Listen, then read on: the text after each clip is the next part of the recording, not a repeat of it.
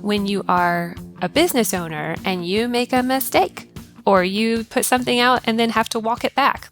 You kind of put out like a fee raise, and then it doesn't fly. The marketing doesn't work. It's witnessed on a larger scale, right? So the stuff that might be more internal work becomes external in what we're doing. Like, people are going to see it happen, and you just have to get real kind of okay with that over time and really resilient to shame or embarrassment or all the shades of that. This is Rebel Therapist, a podcast for entrepreneurs who are trained as therapists and who want to level up their businesses, make a bigger impact, feel fulfilled, and be very well paid.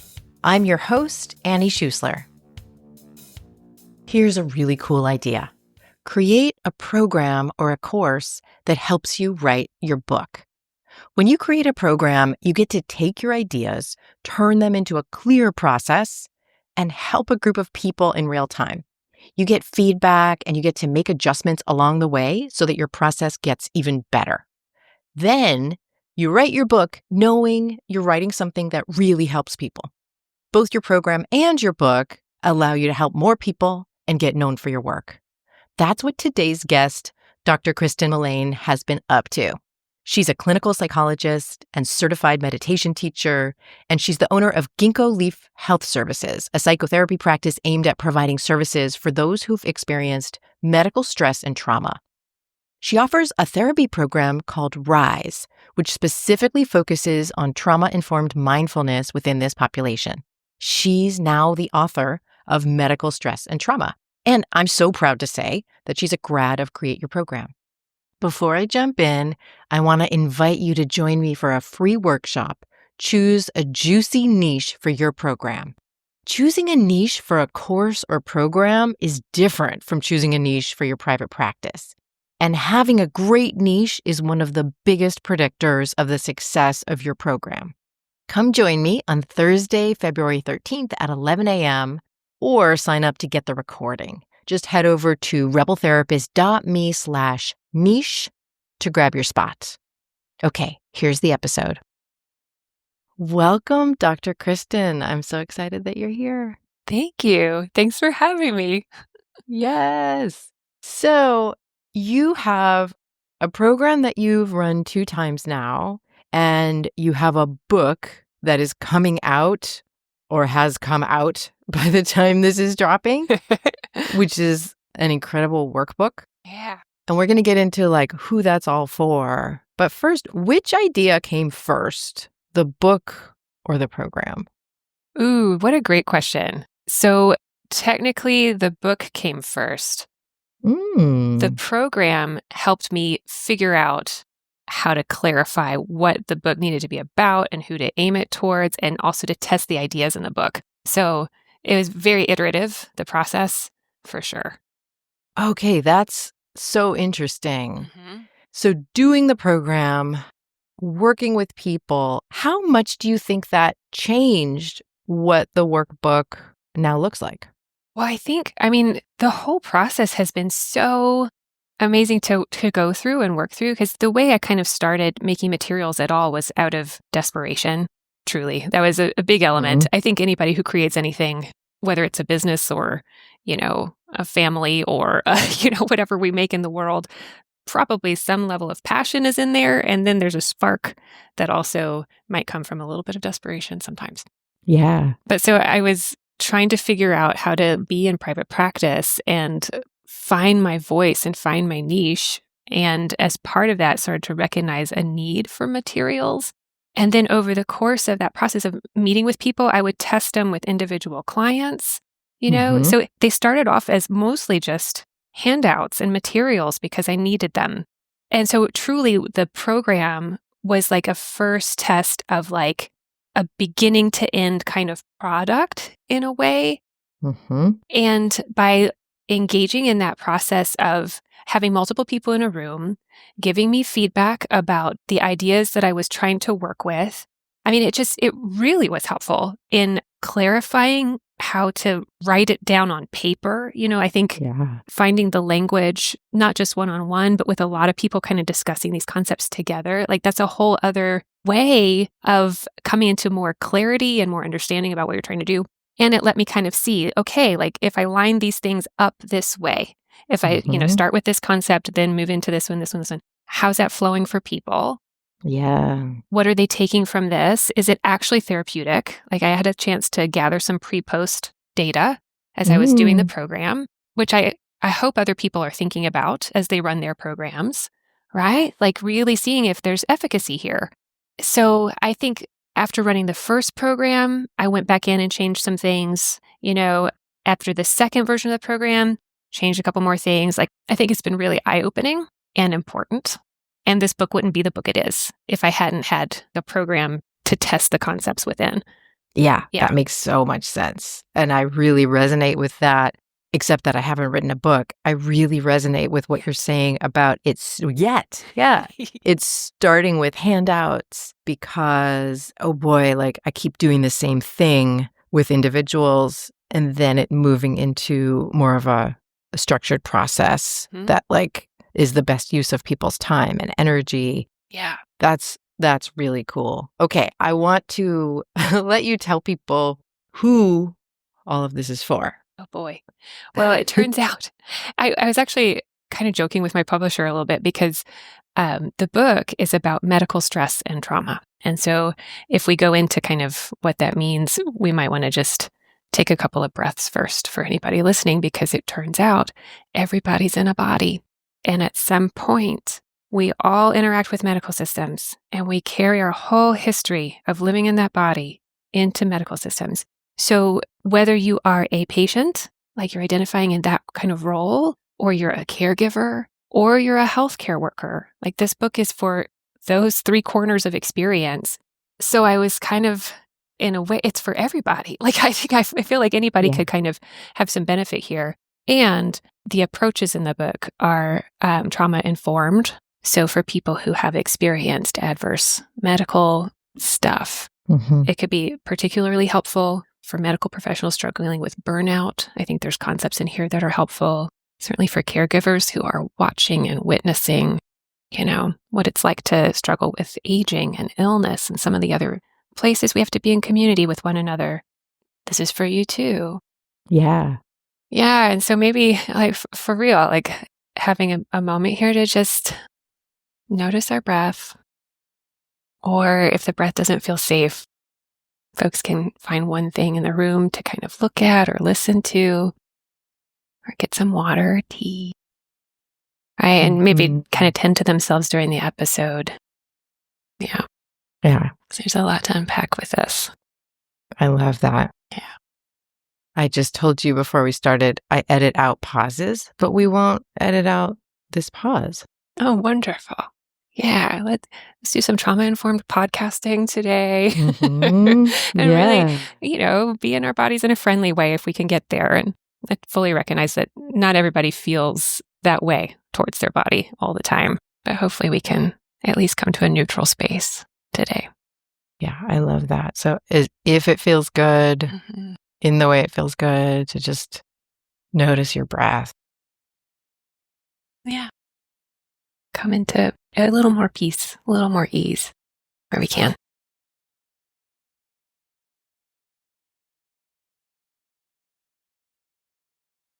Okay, beautiful. I thought about when I was reading your book, I was thinking this, like, I don't know what percent, maybe like 90% of this could be for anyone. And I'm so glad you didn't just make it for anyone. I'm so glad you stayed in that niche that's so needed. And I did have that same thought of like, oh, we all actually at least travel through this niche at some point. So it is for a really specific niche, and it is really for everyone at some point. Yeah, it's sort of mind-blowing, isn't it? And that fits with, like that's part of the reason why we don't necessarily see medical trauma as clearly as other forms of traumas, because it's so ubiquitous. Like we all move through medical experiences at some point. And, I think we're in a sort of historical moment when there's a bit of debate about trauma and how we're defining it and whether we're sort of overusing the term. And also medical trauma is in the DSM, like our book that helps us to categorize different forms of suffering. And there's a legitimacy here that I think we miss sometimes for lots of different reasons. But one of them is that there's a normalcy to working with the body, right? To kind of grappling with the human experience of mortality too. And I think with medical systems in particular, there's a sense that this is what it is. There's not a lot we can do to change it. And I think that comes from all sides. Like I think providers feel helpless in that space. Sometimes I think patients and caregivers do. So there can be this feeling of kind of stuckness and what's the point in even looking at this? And so in my practice and in my niche, like part of the way I view and the other people working in my practice now, which is growing, the way they view medical trauma is as systemic in nature, where anybody touched by the system could be hurting in some way. And also, it's not always at the forefront of people's brains. Like for the healthcare provider, the role they may be more identified with is the rescuer, right? The person who's going to be the healer and to take care of the situation and address it. And that same person may also really be struggling with burnout. So they may be hurting themselves, on some level, hurting within themselves, I should say. There's also the kind of reality that when we're identified in a rescuer role, and I can relate to this as a provider too, we may not be in full awareness of the ways in which we do harm. Right? I think there's this is why we have the field of ethics. It's because I think we're living in a world where it may not be possible to do no harm sometimes. Like even when I charge a fee, it's stressful for people, right? This is why fee conversations are kind of an ethics conversation because it creates a little stress. And stress is in some ways normal. But I think the key is to kind of operate with awareness of the times and spaces where we might be perpetuating harm, even when we don't mean to. Yeah. And so with trauma-informed work, right, we differentiate between responsibility and blame. Blame implies that there's intentionality around it. But, with responsibility, we can all step into that space and own a little bit more of the ways in which, systems are imperfect and they don't nuance to the level of the individual very well, whether that individual is working within the system or just interacting with it as a client or consumer, right? Yeah. So the idea here is that, my hope for healthcare, my hope with this book and with the program is to start to attend to this a little bit more with compassion and bravery, start to turn our attention towards ways in which we can make healthcare a little more healing and step towards one another. So we get the patient, the caregiver, and the provider in the room, and healing is the outcome that pops out, right? Yeah. Yeah. Yeah. So when you started creating the program, what made it different working with people in a group as opposed to doing the work you were already doing one-on-one? What did you notice in that transition? So I'm so appreciative of the people who took a risk on my program and decided to try it, knowing that this was a new offering that was being created. I think individually, for one thing, there's a lot more room for us to get distracted. And so, I might offer like a piece of the workbook. And, that's kind of how it's meant to be used. And it's another way this can be offered, right? So when in working with the group, it was much more focused. And I actually felt really good about that because I could say, yes, you've gotten all these things. Check. We've done all the kind of skill building. Yeah. And people have a chance to kind of hear each other's perspectives along the way there. I think that's a huge piece of the program, which was why I really wanted the program. It's going to be different than a workbook because people who are working with medical stuff often feel so isolated and so alone. And I recognize that not everybody can come to individual therapy, right? It's not necessarily cost effective for everybody to come to therapy for a long time. So we need a diversity of offerings. And I think that hearing people join with one another, that was such a beautiful part and continues to be a beautiful part.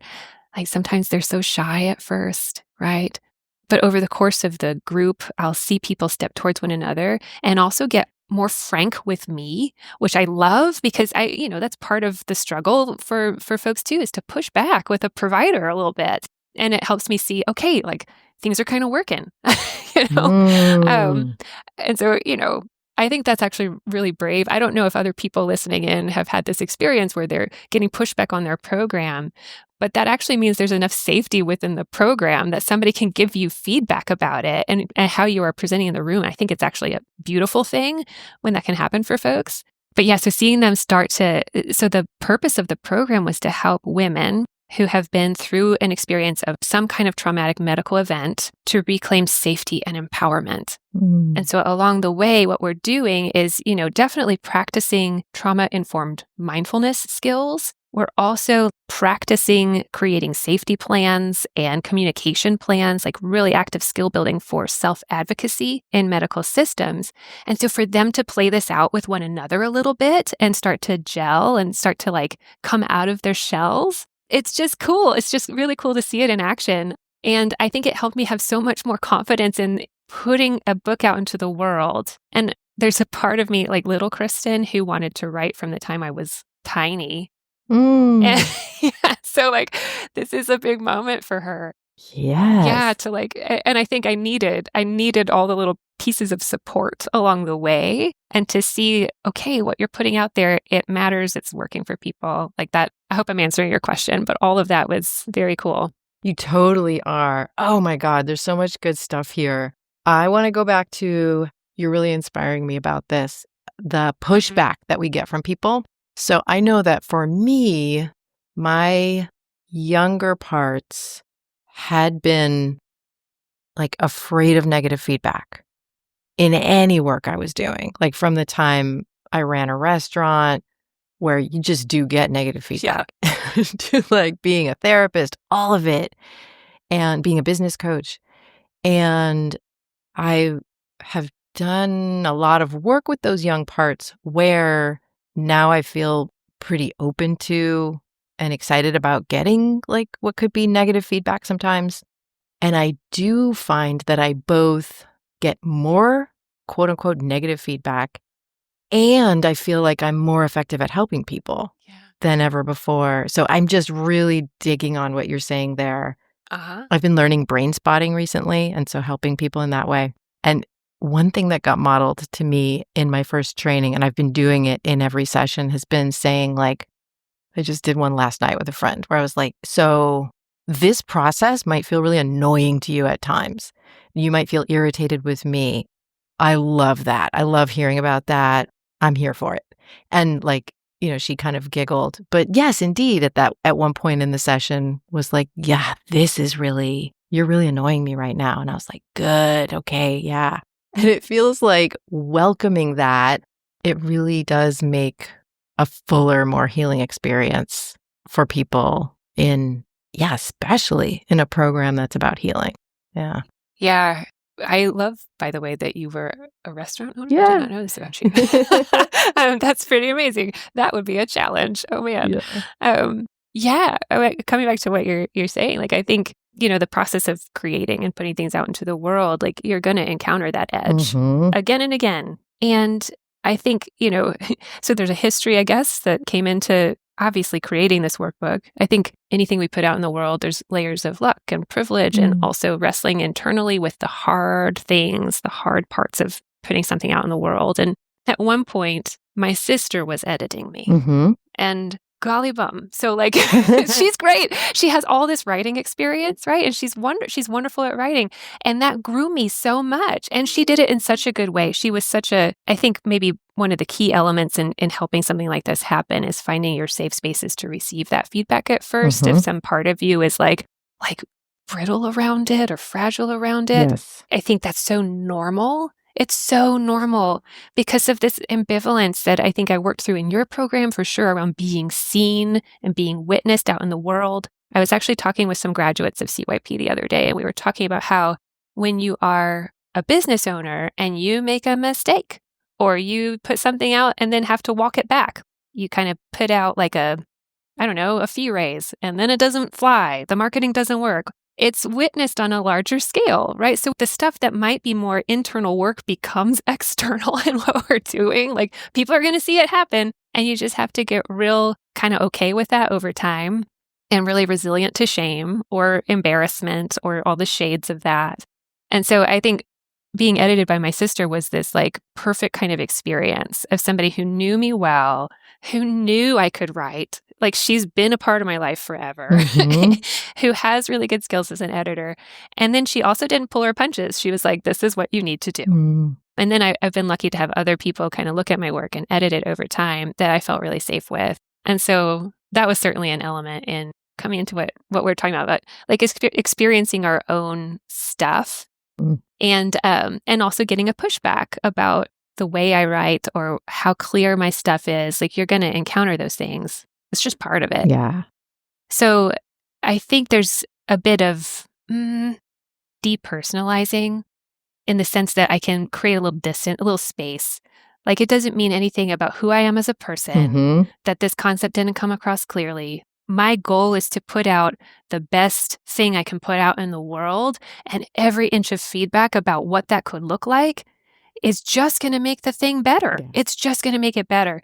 And so if my loyalty is not to my own protection, but it's more to like the people I want to serve, right? Then that's what matters. It helps to create that little bit of space or distance for me anyway, to put something out in the world. Yeah. And I love that awareness of, caring for the parts that feel like shame or embarrassment or anything difficult about it. Being like, oh, honey, this is a hard moment. Yeah. Yeah.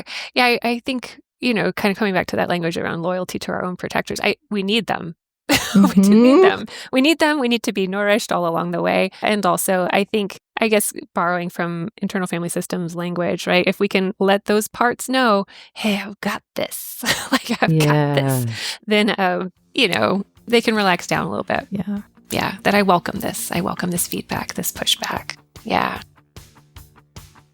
Attention. If you're a therapist or healer who wants a lucrative business model where you get to do what you love, but you don't have to be running session after session after session and still barely making enough money, I have an offer for you. I want to invite you to check out my 10-week program called Create Your Program. You'll learn how to design and launch your own pilot program. If you don't know what that means, don't worry about it. I will teach you how. Head over to rebeltherapist.me/create to learn more and register. Let's get back to the episode. What was it like, the actual process of writing the book? Like, how long did it take? How many hours were you working on that thing every week? Like, how much procrastination did you do? What did it look like? Okay, so I mentioned desperation earlier. So the procrastination was not, it had to take a back seat. Like I had to do this thing. I had to do things. It didn't have to be a book, but I had to do things to make a living. And so in terms of kind of how this book came to be, which is a big old question, right? There's the sort of professional answer to that question in terms of my career and the directions it took. And then there's also like the personal life stuff that came into the picture. So I think the germ of the idea for the book started when I took my mindfulness teacher training through the Lab of Meditation with Hiro Demichelis, who's just a beautiful human and so peaceful and kind. So I was in her program, and one of the things that program got me thinking about was how many meditations are out there that are for able-bodied people. Like meditation is such an embodied practice. And, for good reason, our bodies can't time travel the way our mind can. And so practices that bring us back into the body tend to help us be a little more present. And, a lot of them are written in such a way that assumes that people have access to all 5 of their senses, or that the breath feels like a safe space to be. And for people with like a history of COPD or who, have vision loss or hearing loss or all these other iterations on the, scale of ability here, I got to wondering about how safe they would feel with this practice, and how we could make it more accessible to people across the ability spectrum. And some of that just comes from my experience in healthcare and just having, that's been my wheelhouse professionally ever since I had a career. Like I've worked in primary care and emergency rooms and palliative care and cancer clinics. So I think part of what I was seeing was a need for more specific language And I think as I built my practice, like that also showed the need for really specific language, talking to particular people in a particular corner and experience of their life so that they would feel so held and well witnessed there. So that's where the germ of the idea kind of started. And as I was launching my private practice, I had more time to write. And so my initial offerings were things like newsletters, things like a blog, right? And I started to experiment with taking on the label of writer, like what that would kind of mean. And so I went from that meditation program into Tiffany McLean's Lean and Make Bank program, which is where I heard about you. Yeah. And so it was in that program that I sort of recognized I want to really write more. And so I really started to delve into that role. And so she has these structures that help people stay accountable within her program, where you kind of are checking in 3 times a week, letting the community know that she's developed like how things are going. And so I set this goal to write 90 minutes a week and read for 30. And it would be like reading some professional something, right? And I did that. And so I think in total, the workbook was not the only thing I was working on in those 90 minutes. So I think over the course of about a year and a half, I was just creating really consistently. Wait, this is amazing. Yeah. Thanks. It's like so specific. Okay. Read for 30, write for 90? Once a week? Yeah. Well, I mean, as I chunked it that way, but I think people could chunk it different ways. Yeah. So I had. Sure. Yeah. But like you specifically, I freaking love it. Oh, great. And so sometimes you might be writing a blog article. Sometimes you might be doing things that are going to turn out in the workbook. But like you have the practice. And it sounds so anti-perfectionist in that way too. Because I know so many of us kind of wait for the perfect idea, or we wait for inspiration, or we wait for the perfect environment. And for those of us who are parents or just humans in many ways, like that isn't going to show up. It's not.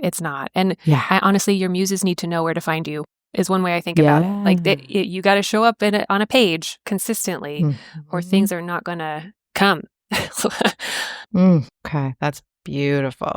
And so were there ever times in writing the book that you had to or chose to write a lot more than that?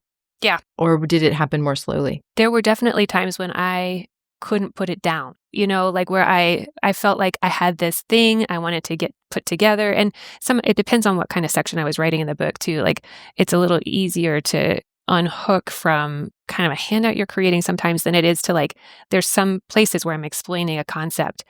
And I think there were times too where I was lit up by what was going on in my practice and I could just see the need and the need was kind of driving me. Yeah. So yeah, there were definitely times when I worked longer than that, but at least like I always had that container kind of guarded.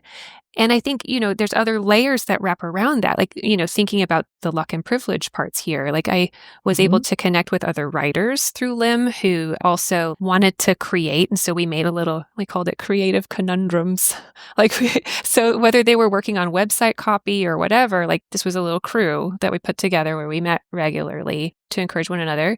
And I was doing the work along the way to create a fee structure that allowed me to guard time in my schedule. And that is its own hard thing. Having all the feels about that, because I come from a place and space where access to care is really emphasized. There is, I think we're aware of kind of the culture in mental health of giving and generosity without necessarily boundaries around that generosity. And so, I was doing all that kind of work too. And so, but that helped to support this to be able to go out in the world. So I was raised Catholic. Some of probably what motivated this workbook is guilt over my fees. Like just to name that, like I wanted to have more ways for people to access what I was trying to offer the world in a way that was, like I said, cost effective. So I kept seeing the need. People were connecting to my practice, from that space of like, thank you for naming this kind of trauma as a form of trauma and for really speaking to me from this niche kind of perspective. And so there were definitely times when I was like, I just need to get it out in the world because the thing isn't there. Yeah. Just busy typing. Yeah. And I love that as like looking at that paradox of like, all right, I do want to make more of this accessible. And enough, and we know enough to like know that burning out isn't going to be that solution Right. because it's going to just take us out. Because then that's less care. Yes. Like part of accessibility is staying in the field as somebody with some experience. And I think we forget to look at that part sometimes. Absolutely. Like I remember it was like a light bulb when I was like, oh, me, that is me. I need to be in the field still. Yes. Just flame out and burn out. Yeah. Yes. And then finding an avenue that actually allows you to give more accessibly. Yeah. That's beautiful. Yeah. Yeah. And all those hours and all of that you put into the book, it does get to be shared while you're sleeping sometimes. Yeah. That's beautiful. Yeah. There's not even an intake process for a book, right? There's no pinch that kind of puts together a kind of guardrail or door or whatever it is. People can access it whenever and wherever they're ready. Yeah. Yeah. So I noticed in the book as I was going through it, I saw my name and I got, of course, like excited. Good. You gave me credit for introducing you to an exercise and that that just lit me up inside. Yeah. And then also it made me think about how in the book, you're so great at citing sources above and beyond what you would have to do. And I know for me, Ebony Janice Moore is one person who just talks a lot about citing sources, like citing sources in Instagram Reels, citing sources just everywhere that you wouldn't actually need to, or you wouldn't strictly have to ethically. So what makes you choose to go above and beyond in that way? What a question. And I'm so glad you noticed. And I think it doesn't feel above and beyond to me. And part of that is because, for one thing, like this book would not exist if I had not read about or been in contact with the people I'm citing in it. Like, I mean, if David Treleaven hadn't written his book about trauma-sensitive mindfulness, this would not have happened. This would not, the concepts wouldn't be the same.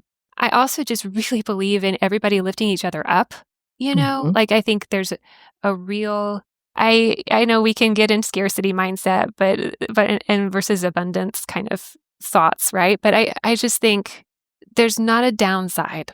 There's not a downside to giving people credit and sharing the good work that they're doing, because my hope is that people, if they come to this book first, depending on what they're going through in their life journey, they may need some of the other books and resources that I'm citing in here, right? Like, so the idea is to open people up to a whole world of self-inquiry, whether they're like the mental health provider who's like, wait, what's rebel therapist? Like, I got to go check that out. Or like the physician who's like, wait, Attending by Ronald Epstein? Like, maybe I should read that book. Like, just to give people different avenues to continue that work of self-inquiry. Yeah, it's helped me. So why wouldn't it help other people, kind of thing?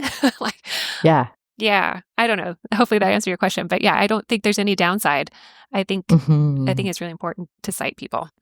I love that. Yeah. And I think you probably named it of, if I ever hear someone saying like, do I have to cite people in this or that situation? I think what I hear is a little bit of like scarcity or fear that like they won't be recognized as a valid writer or person or course creator if they're citing. And I think you're right. I think it's like, that's a protector part. And that's not, I know, I mean, I keep using this IFS language too. It's in the room. But like, that's a part that just feels like, oh no, I'm going to lose something. Yeah. I'm going to be found out. And it's like, no. Like we want to model like, yeah, I'm learning from as many people as possible. And it doesn't negate the strength of your message. Often it'll help you be more credible to people, to know like, oh my gosh, she did the work to research this idea, for one thing. Yeah. And then I just think, like, in terms of that piece of muddying your message, I mean, I think one of the things that has become clearer to me as I've become more of an entrepreneur and moved into this world is actually how unique my perspective really is. And I didn't know that at first. And I think often when we're just starting to create or come into the field of, your own practice or your own program, you don't know at first. Like, I didn't know that other people were not really looking at medical stress and trauma in this way and from a mindfulness kind of lens. I didn't really know that. It's not that nobody is, it's just that not a lot of people are. And I think, the way I packaged the stuff together not everybody would do it that way. So there's a uniqueness that just comes from, I mean, we're all in so many ways like as unique as a fingerprint. Our brains are as unique as fingerprints. The way we heal is unique too. There's themes that humans all struggle with, but the pathway we take and the way we metabolize information and the things that might be healing for us to hear or that we wish we would have heard, like all of that's going to be so unique. So I wouldn't worry about it so much. Like your message is going to be strong. Yes. Yeah. Absolutely. So in the 2 rounds of the Rise group, how did people find you? How did people find it? Yeah. So the first cohort was smaller than the second, right? That's probably expectable, and so I put the word out on Facebook groups. I also had started a professional newsletter, and I'm forgetting which part of the process I was in. I think that I was in your program when I started putting that out. So it was like a relatively new offering. And so I had, just reached out to all the people I knew and like some people I didn't know and offered it any time that I am meeting with another professional contact for networking. I just say, hey, if you want to keep in touch, like the newsletter is a great way to do that. And so now that audience is kind of growing, and I'm not going to say it's huge. It's not. But we've got really good click rates and open rates, and I'm excited about that. Yeah. So I think that'll continue to grow. And so I could advertise that way and let them know when the next cohorts were coming out. And that definitely netted people. The other people I connected with through your program were Towards a Better World. And I've been working with them to optimize my SEO on my website. So sometimes people just find me in an organic search, which is amazing. That's amazing. And that makes sense with having such a niche. Yeah, that's great. Yeah. So some of it was like professionals who were referring me a patient. I think that's the other cool thing is that when you're running a group program of some kind, it doesn't negate the fact that people might be doing individual work. Like you can do both things. And so there were people, who were being seen in therapy, who got referred to my program. And then, then the newsletter definitely netted some people. So yeah, and it's a small group program and, so I don't need a huge crew to make it work and run. Some of it too, like were people that I had seen in therapy before, and they had kept in touch and heard about this as an offering. So that's how it's been working so far. That's wonderful. Yeah. I recently, I know you know about this, but I recently ran a new program that has nothing to do with business coaching. It's for people, adults who are estranged from... I've referred some people to that. I did. I know, and I so appreciate that. Yeah.